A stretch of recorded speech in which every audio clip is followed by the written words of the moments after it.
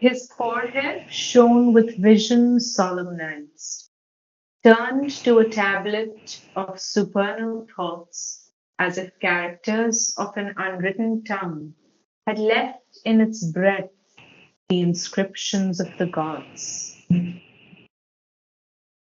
So we are, of course, in the way of fate and the problem of pain with the queen um, voicing her angst to Narad. And so now we see that he's beginning to speak to her. He's tuning his lips to earthly sound.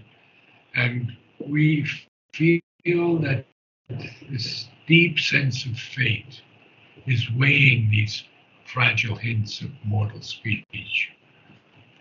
And we see his forehead shining with vision made solemn or serious or grave.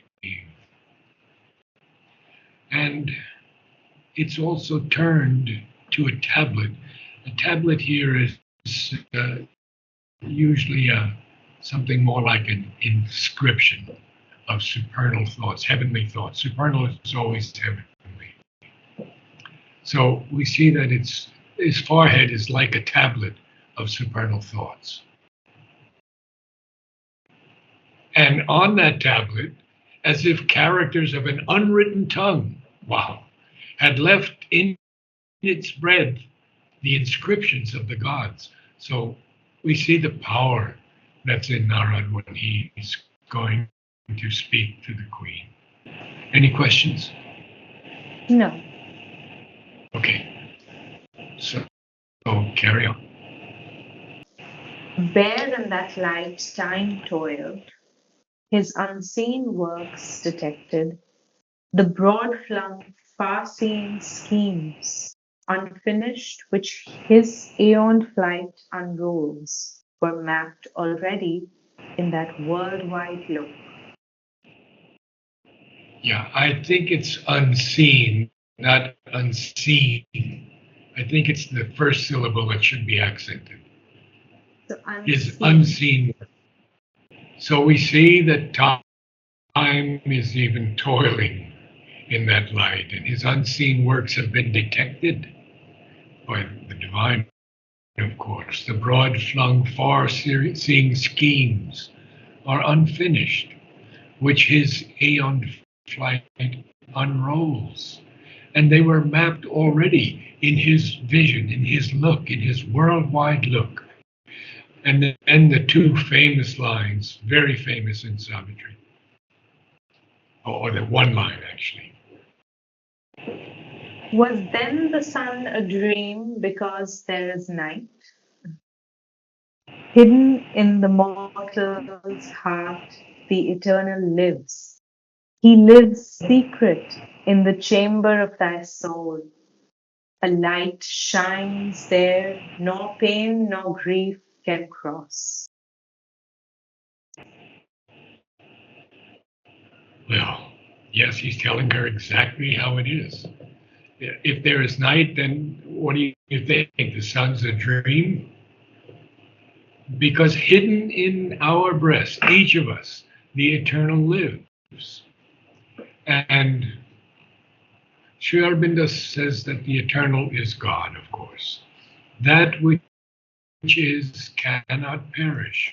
It can only lose itself, as Buddha did, and as many of the cults of the Indian uh, um, systems in those earlier times during the Buddhistic time. So they can lose themselves in the eternal. That's true.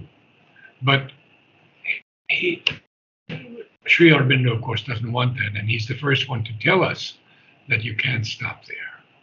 So hidden in the mortal's heart, the eternal lives. Eternal there, capital E, God. He lives secret in the chamber of thy soul, psychic being. A light shines there that neither pain nor grief can even cross. So let's see what else he tells us about this guest. A darkness stands between thyself and him. Thou canst not hear or feel the marvelous guest. Thou canst not see the beatific Son. Is that correct? Good. Yes, beatific is correct. We have Is the beatific Beatitudes. beautiful? Does it Hmm? mean beautiful? Does Beatific it is mean blessed, exalted joy, or blessedness. It's much more okay? than beautiful. Um, It can be showing, producing, or even experiencing exalted joy or blessedness. So he's telling her, you can't feel this yet. Okay. A darkness stands between thyself and him. And isn't that true of all of us? Thou canst not hear or feel the marvelous guest. Now, Sri Aurobindo has something to say to a disciple on this, and I have to read it to you. When the rishis speak of Indra or Agni or Soma in men, they are speaking of the god in his cosmic presence, power, or function. This is evident from the very language when they speak of Agni as the immortal in mortals, the immortal light in men, the inner warrior, the guest in human beings. So, this is the marvelous guest who is within us. Thou canst not see the beatific Son. So now he addresses her personally. O Queen, thy thought is a light of the ignorance. Its brilliant curtain hides from thee God's face. Oh, a lot to say here, I think, because the ignorance is capitalized, capital I. And so the ignorance is truly the absence of the divine eye of perception. Until we have that divine eye of perception, which would give us the sight of these supramental truths, we have no knowledge at all. Our thoughts are useless. We are living in body, life, and mind, the lower quadrangle, if you will. And until we can rise above that, we know nothing. Our thought is useless. He says ignorance means avidya, the separative consciousness, and the egoistic mind and life that flow from it, and all that is natural to the separative consciousness and the egoistic mind and life. This ignorance is a result of that. All our thoughts are not ours. And that's something so difficult for us to accept. But they're coming from nature, universal nature. We think we have, even the genius who comes up with something, it's not his. It came from universal nature. The only time we can really see this is if we can get into the higher mind. Then we will understand. We cannot understand it from the lower part. Tough statement, sorry. O Queen, thy thought is a light of the ignorance, a small light of the ignorance. And what does that ignorance do? Its brilliant curtain hides from thee God's face. It illumines a world born from the inconscience, but hides the immortal's meaning in the world. Okay, now to keep the iambic pentameter, Sri Aurobindo uses the word illumes, not illumines. Oh, Look I at it thought it's closely. illumines. Yeah. But hides the immortal's meaning in the word. It does. Yes, our our world is illumined.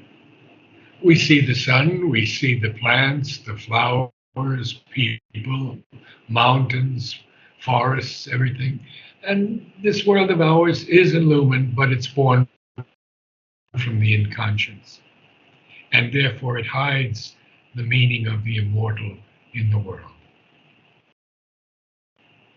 And now he's going to talk about her mind.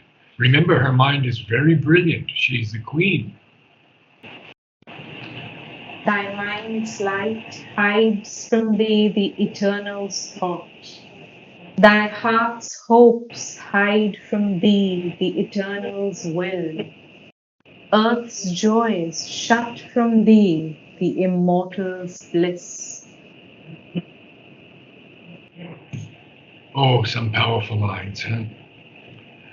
Our mind hides the eternal's thought from us. The eternal is the divine. He says the eternal is our refuge. All the rest are false values. Everything else in our life is false values. This is why Mother says over and over again, only thy will, only thy will. That's what we have to say every day. Thy will be ours. Because our minds are basically useless. Our knowledge is useless until there is the light of the divine shining through us. So thy mind's light hides from thee the eternal's thought. Thy heart's hopes hide from thee the eternal's will. Oh, we want to love, we want to commune with people, we want harmony. This is all the heart's hopes. And they're at this point they have some validity because we have morality at this level. We don't have morality at the next levels. Of all the next levels, there's no morality. Everything, there is no sin. Earth's joys, even Earth's joys, shut from thee the immortal's bliss. Wow. So we see the mind, the heart, and the joys of earth are all keeping us from the bliss of the divine. Ouch. Carry on. Thence rose the need of a dark, intruding God, the world's dread teacher, the creator of pain. Wow. Thence, from that source, for that reason, therefore, we could say, thence is a very poetic word. Thence rose the need of a dark, intruding God. Well, this God is the world's dread teacher, and it's even the creator. It's pain, because humanity cannot live in light only. We have to have the opposites of everything: hot and cold, joy and sadness. All of these dualities are at our level of life. And therefore, pain, he says in other places, is the hammer of the gods that molds man into what he has to be. To break Yeah. dead resistance So, in the mortal's heart. yes. And so we see that this need of a dark, intruding God, this dread teacher, this creator pain, has to come into our lives to move us towards divinity. Carry on. Where ignorance is, there suffering too must come. Thy grief is a cry of darkness to the light. Pain was the firstborn of the inconscience, which was thy body's dumb original base. Already slept there pain's subconscious shape, a shadow in a shadowy, tenebrous womb, till life shall move, it waits to wake and be. It's painful. It's extremely painful. But look at what happens to us when someone dies whom we love very deeply. We have long periods of grief. And Sri Aurobindo says, what is this? It's just like taking off a cloak and moving into another country. Death is nothing at all. I've written a whole thing on death from Sri Aurobindo. It's so beautiful. Would you like it? Yes, I could please. find it for you. I'll find it for you. So he's telling the queen now that her grief, the grief at the fact that her daughter's marrying someone who's going to die in a year, is a cry of darkness to the light. So it is a cry of darkness to the light. And we've seen all of her words. Is there a God who can do this? And why is there this God like that? And all the things that she has said to Narad. And that pain was the firstborn of the ignorance. We see, I think I've told you about,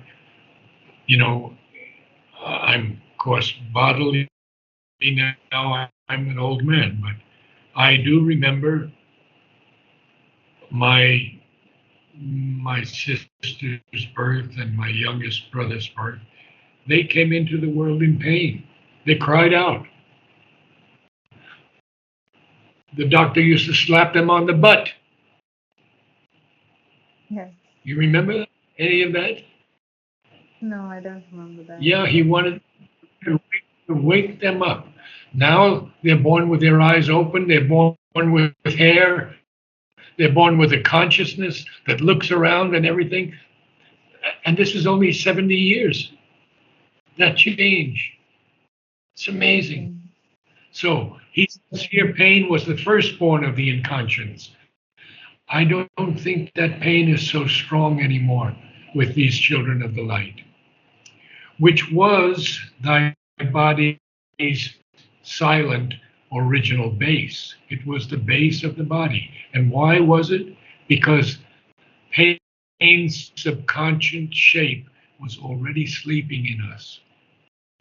And it was a shadow in a shadowy, tenebrous, dark, and gloomy. Till life shall move, it waits to wake and be.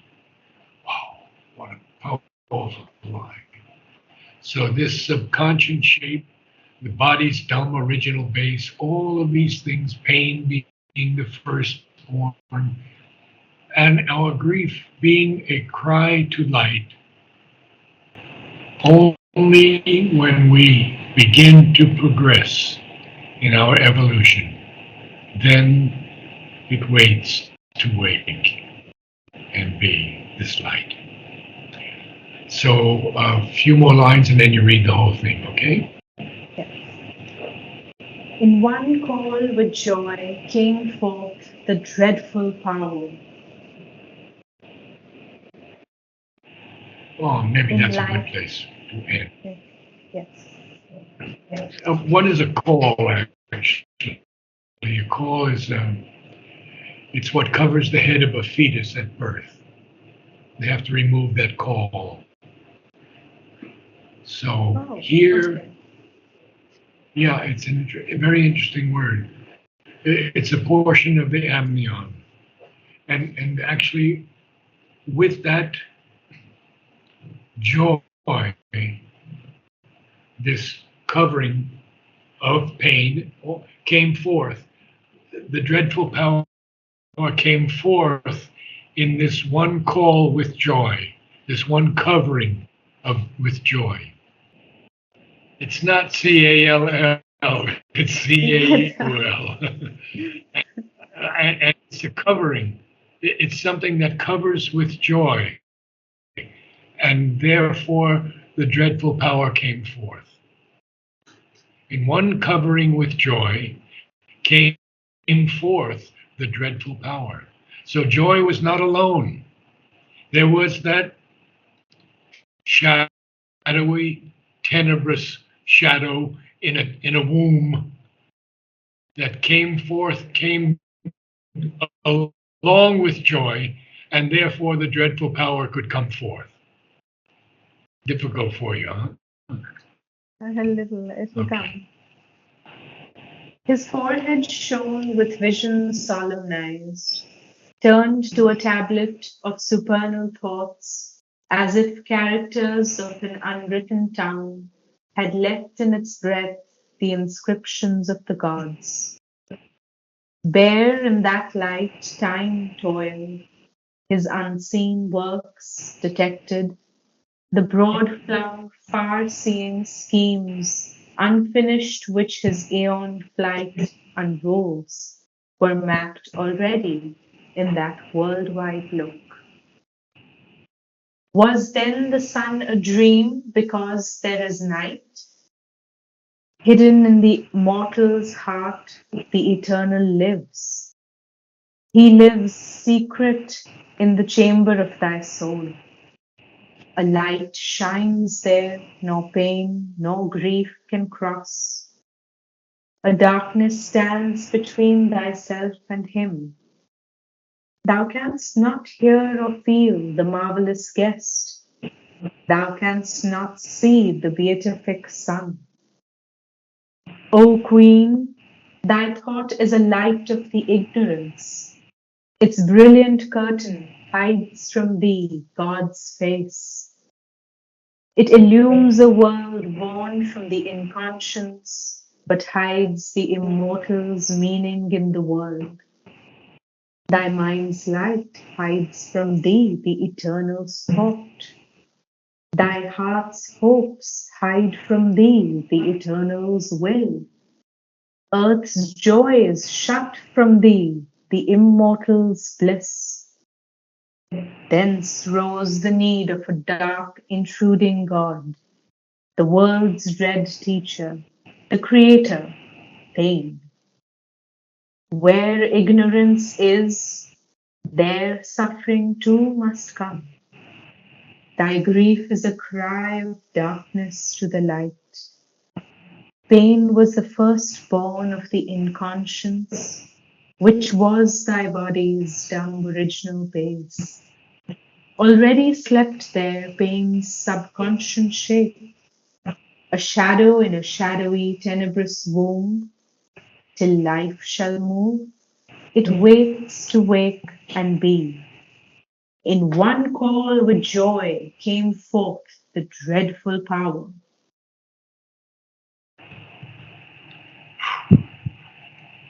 Thank you, Namaste. Naraji. Namaste. Thank you. You